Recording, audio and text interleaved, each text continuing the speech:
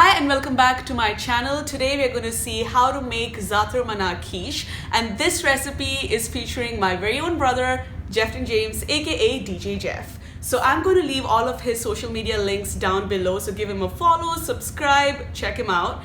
And yeah, onto the video, and I hope you enjoy it. And if you do, and if you end up creating this, tag DJ Jeff DXB on Instagram. He's gonna love it.